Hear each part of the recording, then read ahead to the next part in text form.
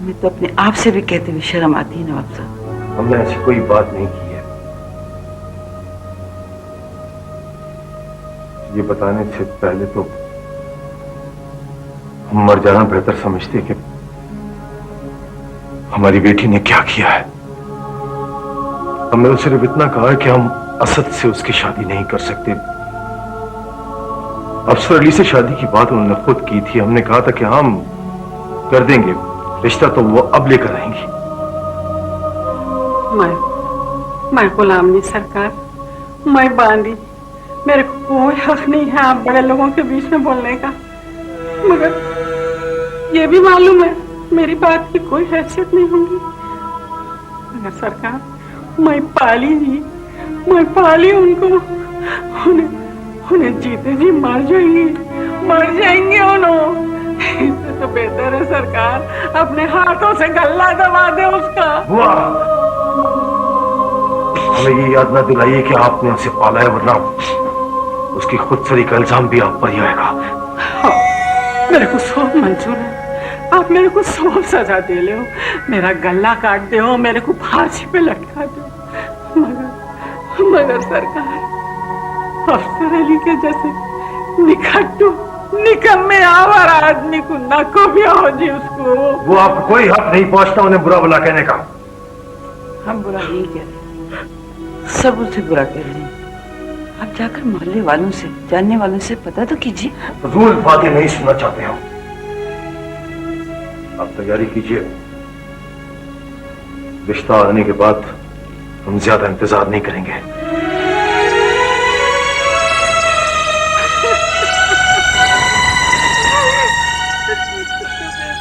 तो पैदा होती गला दबा देने का था जी।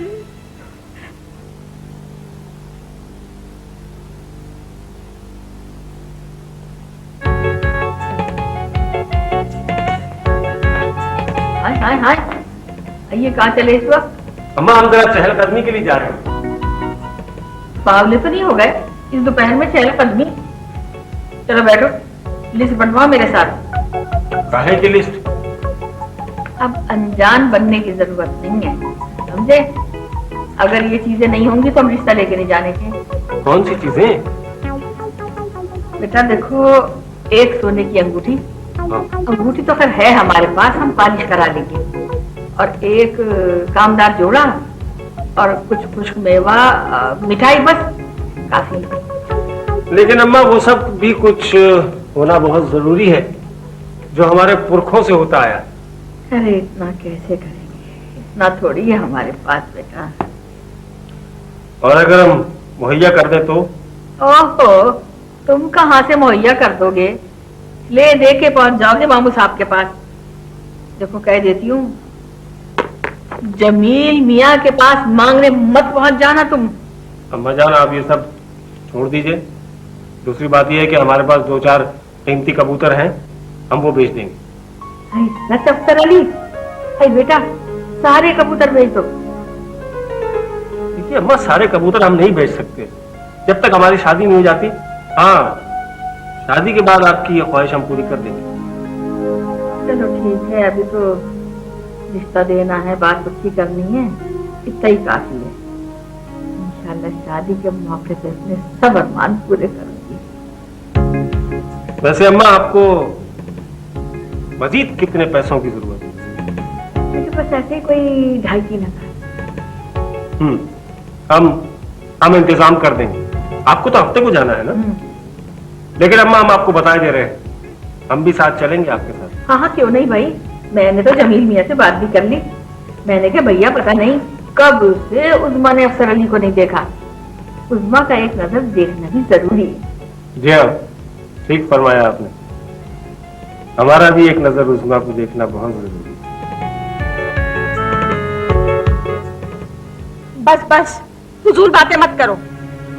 ये मेरा फैसला है, फजूल बातें नहीं है। देखो बेटा, ये तुम्हारी जिद जो है ना, ये किसी हाल में भी पूरी नहीं हो सकती। एक बात तुमने हमसे कही थी, वो हमने मान ली, और उसके सिले में हम वहां से जलील भी होकर आ गए। उसके बावजूद भी मैंने तुमसे कोई शिकायत नहीं की, इसलिए कि इंसान कोशिश करता है, कामयाबी नाकामी मुकद्दर का खेल होता है। लेकिन जब तुम्हें यकीन है, हम सबको यकीन है कि वहां नामुमकिन है, तो सफिया से शादी करने में तुम्हें क्या कबाहत है? डैडी, मैं उसे धोखा नहीं दे सकता, मुनाफिकत नहीं कर सकता। अम्मी तो बहू लाने की जिद इस तरह कर रही है जैसे कोई डेकोरेशन पीस ला रही है। वो इनके लिए डेकोरेशन पीस हो सकती है, मेरे लिए नहीं। जाहिर है तुम्हारे लिए तो बीवी होगी। जो मैं चाहता नहीं हूं। क्यों नहीं चाहते?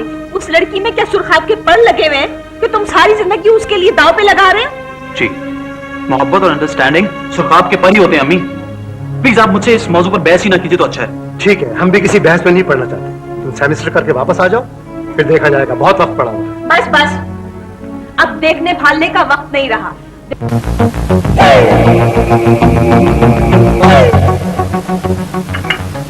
अच्छा पाशा, हमारे जमाने में पड़ोस वाले रिश्तेदारों से भर के रहते थे। हाय हाय, क्या करना, मत ही पड़ो ये जमाने पे। जहाँ बरसों बरोबर में रहते और काश नहीं चलता किसी को। अरे मैं क्या बताऊं तुम्हारे से, दीवार पे उधर हाथ रखे तो उसकी गर्मी इधर महसूस कर। सर, महसूस तो बुआ लोग अब भी करते हैं, ये अलग बात है कि लोग एहसास नहीं। हाँ मियां, आजकल तो किसी का जमाना है, किसी को एहसास ही नहीं एक दूसरे का। लेकिन बेटा हमें माफ कर, ये बात आपके आई नहीं, इसलिए हम कहीं आते जाते हैं। वैसे हमें नहीं मालूम था कि तुम्हारी एक बहन भी। जी हाँ, बात असल ये है कि जब भी मेरे पास आती है बहुत कम अरसे के लिए आती है। देखिए, अब भी सिर्फ एक हफ्ते के लिए आई और मेरी कुछ मसरूफियत ऐसी है कि बिल्कुल। अरे मियां, मैं बोलती हूँ माशाल्लाह इतने बड़े हो गए, डॉक्टर भी हो गए, सो है, अब शादी का ही को नहीं कर लेते जी? घर में हॉल नहीं उठता अकेले अकेले। अरे बुआ, मैं भी तो इनसे यही कहती हूँ कि अब तो इन्हें शादी कर ही लेनी चाहिए। हाँ, वैसे अब तो कर ही लेंगे। वैसे भी अभी तो मेरे साथ इस्लामाबाद जा रहे हैं। वहाँ पर एक बहुत ही खूबसूरत सा बैंगलो खरीदा है, उसी को डेकोरेट करने के सिलसिले में जाना। वापसी पर तो शादी की तैयारी हो ही जाएगी। क्यों भैया? हाँ, क्यों नहीं, तुम्हारी जिद भी तो पूरी करनी थी। क्या बात है, आप बहुत थकी थकी सी नजर आ रही। आपकी तबीयत तो ठीक? जी वो, हाँ, हमारी कुछ तबीयत सही नहीं। हाय मियां, रात तमाम जग को गुजारेंगे, किधर से तबीयत ठीक रहेगी, कहाँ की तबीयत? अरे हाँ, वो नवाब साहब नजर नहीं आ रहे। हाँ, आज भी कुछ जल्दी चले। मैंने सोचा था आज उनसे मुलाकात होगी, बातें होंगी उनसे। खैर, नेक्स्ट टाइम से। वैसे उस्मा, आप आइए ना कभी हमारे घर। जी जी, हम जरूर आएंगे।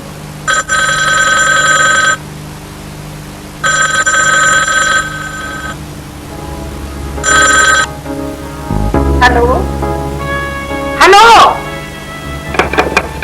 हेलो, अरे मियां फोन करे तो कुछ बोलो तो मेरा। सुबह से फोन कर रहा है, मुंह से क्यों नहीं फूटते रहा? नहीं बोलते तो लखो बोलो, समझो।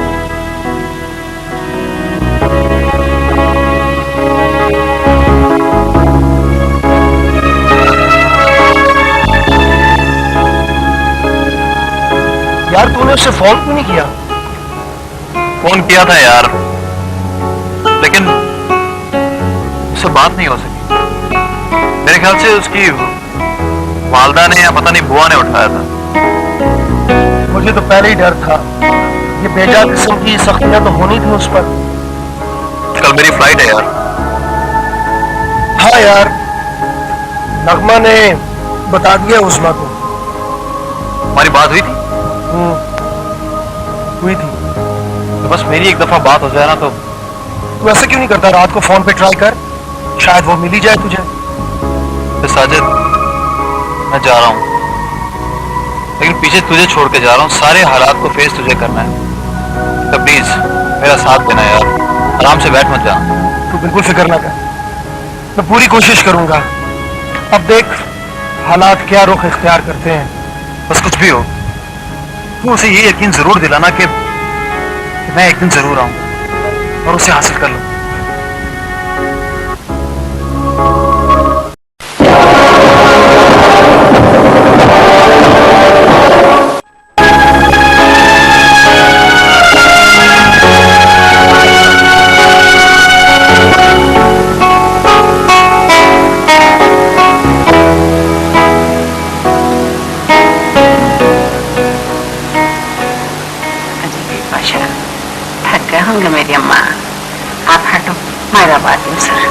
बुआ, इसका तो बुखार तेज होता जा रहा है। अल्लाह खैर करने वाला है, अल्लाह रहम करेगा। मेरी माँ आप जाओ, आपको बहुत काम है, बहुत बड़े इंतजाम करने का। फिर वो नवाब साहब हंगामा मचा देंगे ना, वो आ रहे हैं ना बेगम पाशा, आपके आपा बेगम आ रहे हैं। आपने मुझे बताया क्यों नहीं कि उस्मा की इतनी तबीयत खराब है? हाय पाशा, मैं क्या बोलूं, मैं तो जा रही थी बोलने के वास्ते, मगर नवाब साहब आप फोन को फोन पकड़ लिए, पकड़ने को बोल दिए हाँ आपा बेगम आप आ जाओ। क्या करना, हाँ जाओ, आपको बहुत इंतजाम करने का, जाओ।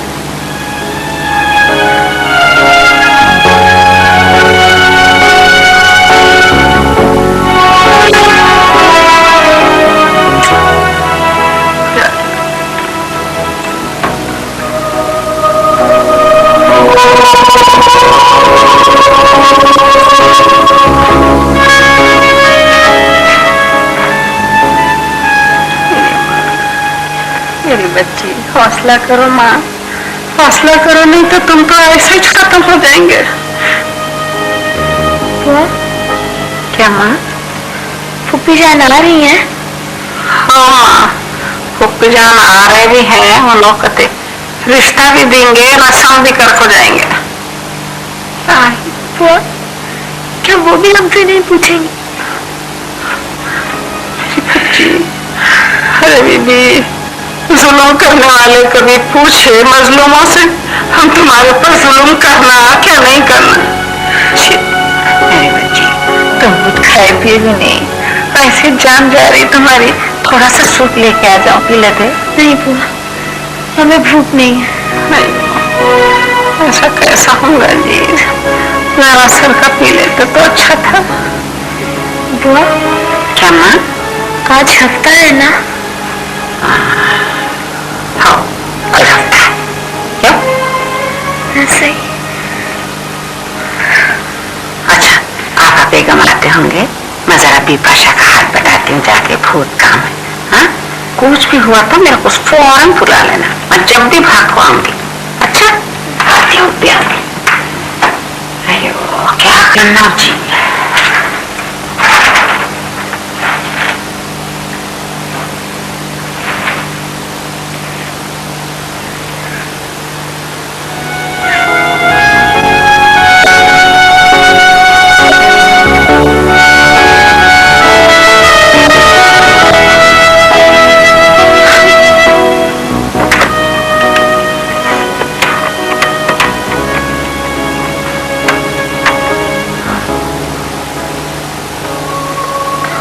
हेलो, हाँ नगमा।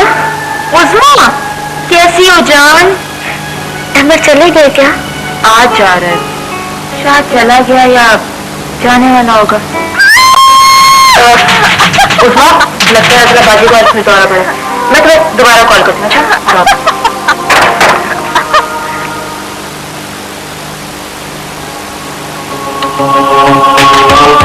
अच्छा, सलून भाई को मैं करना चाहता हूँ, तुम बहुत अच्छे हो, पापा को पसंद है।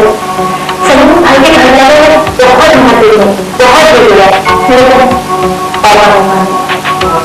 सलून भाई मुझे छोड़ कर चलेगा और हैदराबाद पागल होगा। नहीं जाओ, तुम्हें हर हालत में मैं बुलाता हूँ। प्लीज, चाहे कुछ भी छोड़ो, मेरा इंतजार करोगे ना? ठीक है अमर, हम इंतजार करेंगे, चाहे हमें कुछ भी करना।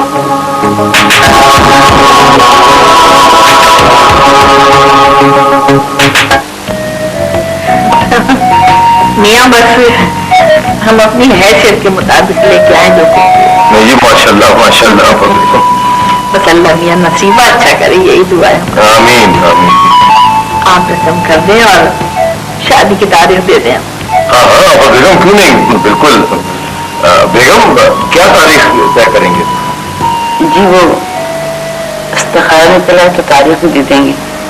आप बेगम फिलहाल आप रस्म कर लीजिए।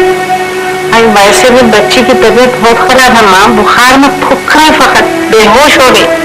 तो आप लोगों ने पहले क्यों नहीं बताया? भैया कोई आज करना जरूरी थोड़ी था, हम फिर आ जाते। बहुत जरूरी था बेगम। बुआ आप जाइए, उस्मा को लेकर आइए, फौरन जाइए। यानी हद हो गई, जब एक मरतबा किसी बात पर कह दिया गया तो उससे पूरा हो जाना चाहिए। आप खामोश रहिए। आप भी कमाल करते हैं, आपको इस पर खाना निकलवा के रखना चाहिए।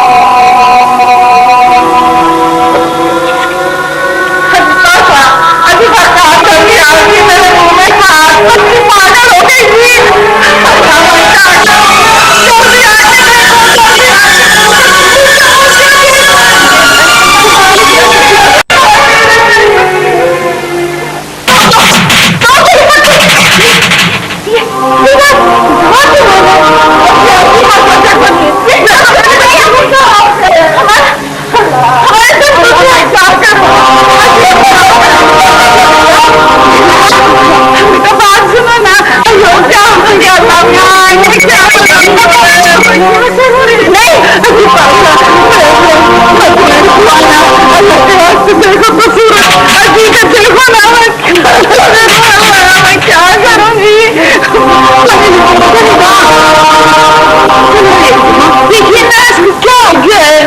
उस्मा ये क्या तमाशा है?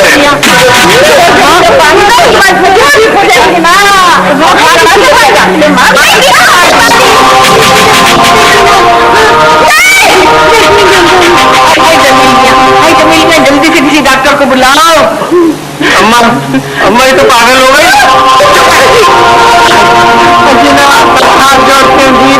डॉक्टर आता बुला के लाओ, बच्ची जा रही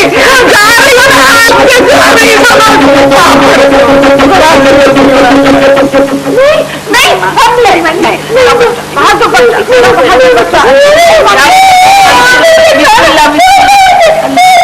अल्लाह मेरी बच्ची, बस बस अभी आराम आ जाएगा।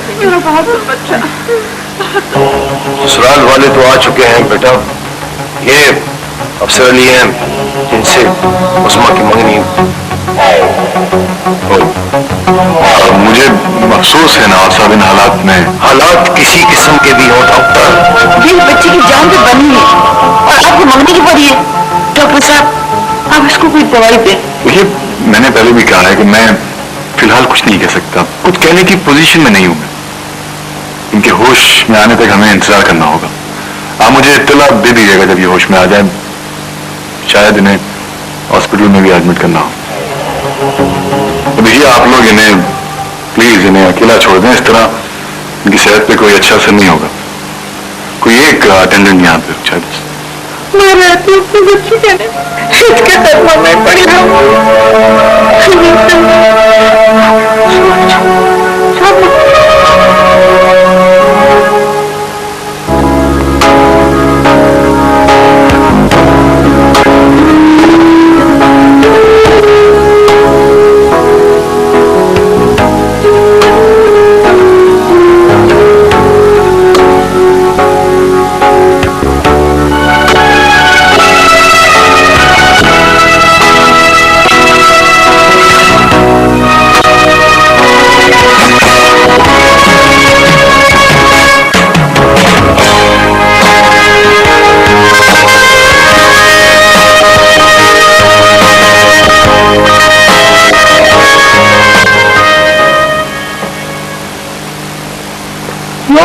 बातें करके मेरा दिमाग खराब कर रहे थे।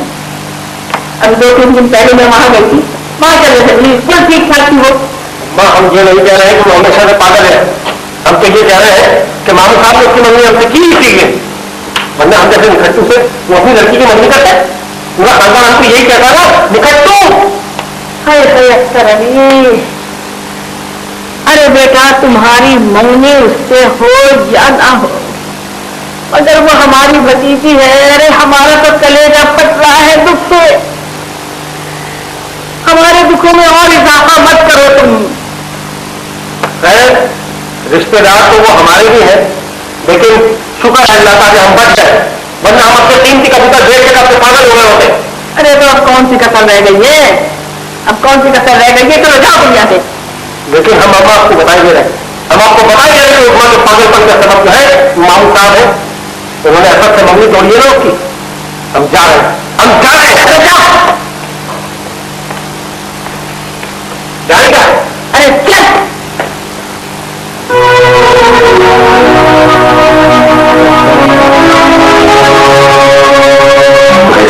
करना क्या चाहते?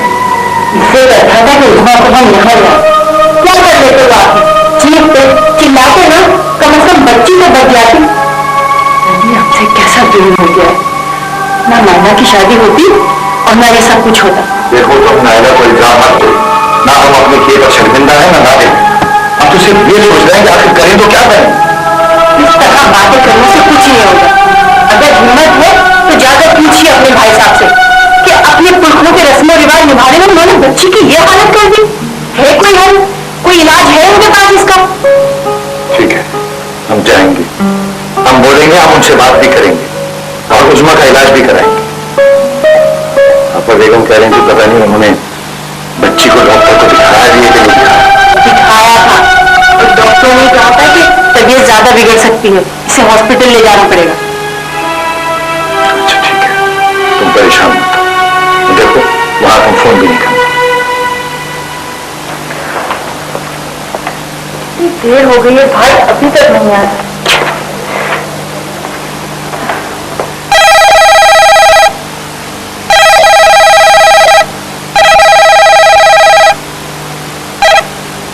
हेलो जी बुआ, मैं शंपू बात कर रही हूँ जी। नहीं भैया तो अभी तक नहीं आए हैं। आप रो क्यों रही हैं, मुझे कुछ बताइए तो सही। ओह गॉड, नहीं देखिए आप फिक्र मत करें, बस भाई आती होंगे, मैं लेकर अभी आती हूँ जी। देखिए आप बिल्कुल फिक्र नहीं करें, बस हम अभी आते हैं। हाँ अच्छा, बात।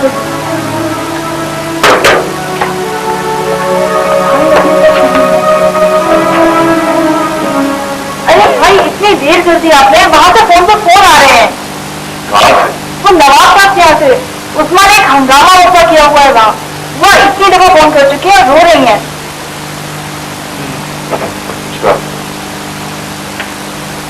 अरे भाई उधर जहाँ जा रहे हैं नवाब साहब क्या चलिए। कुछ सोचने दो मुझे। क्या क्या कह रहे हैं आप? मैं ये कह रहा हूँ कि ये जो लड़की है ना जिसका नाम है उस्मा इंतहा बावरी लड़की है, इतनी जल्दी उसे सेकंड राउंड नहीं करना चाहिए। कहीं ऐसा ना हो कि अपनी जल्दबाजी की वजह से वो सारा काम बिगाड़ दे। क्या क्या मतलब है, क्या कहना चाह रहे हैं आप? मेरा मतलब ये है सिस्टर कि वो एक्टिंग कर रही है। क्या? हाँ मैं सही कह रहा हूँ, वो सबको बेवकूफ बना रही है, उसे कुछ भी नहीं हुआ है। लेकिन एक बात की दाद देनी पड़ेगी कि बड़ी महारत से एक्टिंग कर रही है। मैं बिल्कुल नहीं समझ रही भाई, क्या क्या कहना चाह रहे हैं? उसकी हालत तो बिल्कुल शमसा, मैं एक साइकियाट्रिस्ट हूँ और मैं अपना पूरा करियर मद्देनजर रख के कह सकता हूँ कि वो मजाक कर रही है, बेवकूफ बना रही है, उसे कुछ भी नहीं हुआ है। मगर उसकी हालत देखकर तो मैं तो वाकई धोखा खा गई थी। धोखा तो खैर मैं भी खा गया था, लेकिन मेरा शक यकीन में तब बदला जब नवाब साहब ने मुझे ये बताया कि वो उसकी मंगनी करने जा रहे हैं। छोड़ो ना, आपने चाय लेकर आना।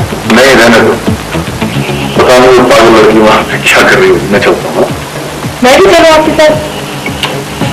नहीं तुम नहीं चलो, लगता है नवाब साहब से आज दो हाथ करनी हो। क्या क्या मतलब? नहीं मेरा मतलब है कि मैं वहां चला जाता हूँ, उनको मेरी जरूरत है, तुम यहाँ चल पे।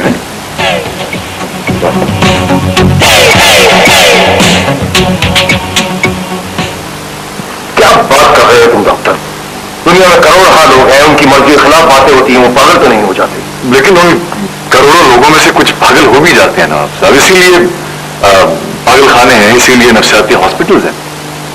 देखिए ये जो मरीज होते हैं ना, ये बहुत हसास होते हैं, इनका आसाबी निजाम भी बहुत कमजोर होता है। तो अगर वो बात पता चल जाए और उन्हें यकीन दिलाया जाए कि वो नहीं होगी तो ठीक हो सकती हैं। क्या बातें कर रहे हो तुम? हमारी समझ में कोई तुम्हारी बात नहीं आ रही। तुम डॉक्टर हो, इलाज करो उसका, ऐसी दवाएं दो कि वो ठीक हो जाए बस। देखिए नवाब साहब, नफ्सियाती इमराज में सिर्फ दवाइयों से काम नहीं लिया जाता। आप या तो मेरी बात समझ नहीं रहे या फिर समझ नहीं चाहते। आदि आप जो मैंने प्रिस्क्राइब की ना टैबलेट्स आपको, आप वो वक्त पे देती रहिएगा। मैं कल आऊंगा डॉक्टर अंसारी को लेकर जो मेरे कॉलिंग के हैं। ठीक है डॉक्टर साहब, लेकिन उस्मा अगर होश में आ गई तो कहीं फिर तो नहीं, आई डोंट थिंक सो कि वो ऐसा करें, उससे क्या कुछ सुन नहीं रहे, वैसे कोई फिक्र की बात नहीं, आप मुझे फोन कर दीजिएगा मैम। और जो कुछ भी है उससे जल्द ठीक हो जाना चाहिए। हो जाएंगे वो ठीक, बिल्कुल ठीक हो जाएंगे। आप नवाब साहब वो बात पता करने की कोशिश कीजिए, आप फिर प्लीज डू लेट। चलिए हम आपको वहां तक छोड़ के आते हैं। नहीं, आप हाथ से मत करें जी, नहीं ये जहमत तो आइए। अच्छा जी,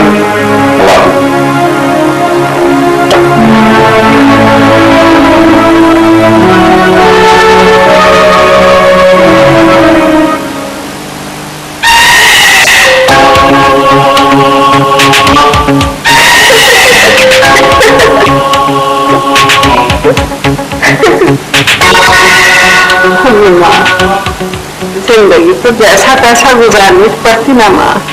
तुम ये रोग लगा के कैसे बैठ गया मेरी माँ, कैसे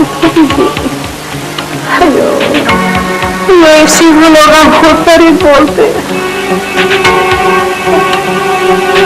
हमारे दिमाग में भी एक दफा सौदा सामान गया था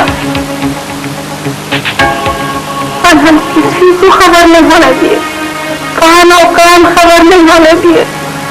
हम गए अंदर पागल हो गए, किसी को नहीं मालूम होने दिए माँ। खाने साथ अपने दिल में सब कर दिए, अपनी सिस्कियों को कभी नहीं ऊंचा होने दिए। बेइज्जती कर ली अपने पर, बेइज्जती कर ली। पूरी दुनिया बेइज्जत है, किसी को हिस्स नहीं है। रोग लगा के जीने से तो बेहतर है मर जाना। मेरी बात कर दो, मैं तुमको कुछ हुआ तो पाशा जीते जी मर जाएंगे, खत्म हो जाएंगे लोग। नवाब साहब तो कुछ नहीं होगा, बाल भी नहीं होगा, हम भी नहीं जी सकते, हम नहीं जी सकेंगे मेरी माँ। तुमको पता है हम नहीं जीएंगे, हम सब गम भुला के तुमको देखो जी रहे। तुमको कुछ हो गया तो नहीं जीती, नहीं जीती। इतनी देर से मैं मगजमारी कर रहा हूं, तुम्हारी बात समझ में क्यों नहीं आती? भाई ये जिंदगी के मामला है, इसको सुलझाना हमारा फर्ज है। कोई गलत सलत फैसला कर लिया तो किस पर असर पड़ेगा? हमारी औलाद पर। अगर तुम्हारी किसी हरकत से या तुम्हारी बातों से वो दिल बर्दाश्त हो गया और वो वापस पलट कर नहीं आया तो इसके जिम्मेदार तुम होगी। और यकीन करो, अगर ऐसा हुआ खुदा न खास्ता तो मैं जिंदगी भर तुम्हें माफ नहीं करूंगा। तो क्या मैं उसकी सौतेली माँ हूँ? अगर सौतेली होती न अहमद को परवाह होती और न मुझे परवाह होती, लेकिन अफसोस इस बात का है कि तुम सगी हो। नफीसा बेगम, अल्लाह ताला औलाद इसलिए नहीं देता कि उसको हुक्म चलाया जाए, और बच्चों की ख्वाहिशात का एहतराम भी माँ बाप करते हैं। एहतराम करवा तो है, बस जूते खाने की कसर रह गई थी, और अगर जरा के रुक जाते तो वो कसर भी पूरी हो जाती। बस बस, अब आप मुझे ज्यादा लेक्चर मत दें। आपका बेटा सारी जिंदगी कमाना नहीं बैठा रहेगा, नहीं उस लड़की की खातिर मजनू बना रहेगा। मैंने तुमसे तब कहा कि वो कमारा रहे, लेकिन एक बात मेरी कान खोल कर सुन, कि अहमद सफिया से शादी बिल्कुल नहीं करेगा। और अगर तुम्हें अपने भाई और भतीजी से इतनी मोहब्बत है तो उसके लिए तुम कोई दूसरा लड़का तलाश कर लेती। आखिर तुम अपने बेटे को क्यों कुर्बान करना चाहती हो? तो शादी तो करेगा ही ना, सफिया में क्या ऐब है? देखो नफीसा बेगम, मैं तुम्हें 3 दिन से मुसलसल समझाने की कोशिश कर रहा हूँ और तुम मुसलसल उसको नजरअंदाज किए जा रही हो। आज इसका फैसला होना चाहिए। अगर वो बाहर से टेलीफोन करता है तो उसको वही राज में सुनने को मिलेगी, तो मुझसे बुरा कोई नहीं होगा। और एक बात और, तुम अपनी ये जिद छोड़ दो। अगर तुम अपनी जिद पे अड़ी रही तो बहुत